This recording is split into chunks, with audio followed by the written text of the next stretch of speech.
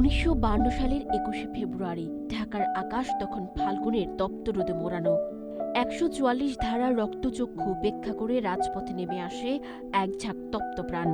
হঠাৎ স্তব্ধতা ভেঙে গর্জে ওঠে পুলিশের রাইফেল।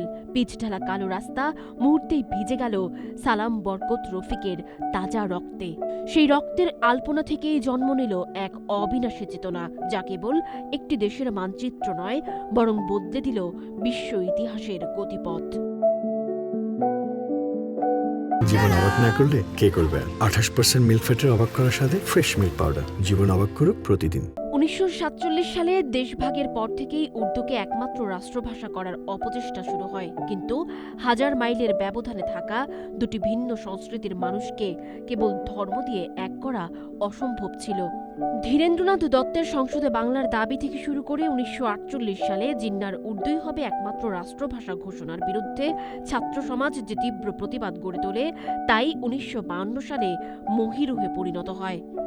21শে ফেব্রুয়ারির সেই আত্মত্যাগ বাঙালিকে বুঝিয়ে দিয়েছিল মুক্তি কেবল রাজনৈতিক নয়, সাংস্কৃতিকও হতে হবে। পরবর্তীতে দীর্ঘ সংগ্রামের পথ ধরে 1956 সালে বাংলা রাষ্ট্রীয় স্বীকৃতি পায়। এই আন্দোলনই ছিল মূলত স্বাধীন বাংলাদেশের প্রথম সোপান। 1999 সালের 17 নভেম্বর ইউনেস্কো বাঙালির এই আত্মত্যাগের দিনটিকে আন্তর্জাতিক মাতৃভাষা দিবস হিসেবে ঘোষণা করে। 2000 সাল থেকে যা সারা বিশ্বে পালিত হয়ে আসছে।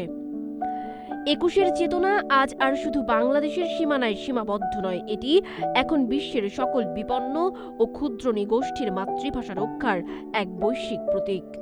21শে ফেব্রুয়ারি আমাদের শিখিয়েছে মায়ের ভাষার মর্যাদা রক্ষায় রক্ত দিতে জানা জাতি কখনোই পরাজিত হয় না। সানজিদা আফরিন সোনিয়া, নাগরিক, প্রতিদিন।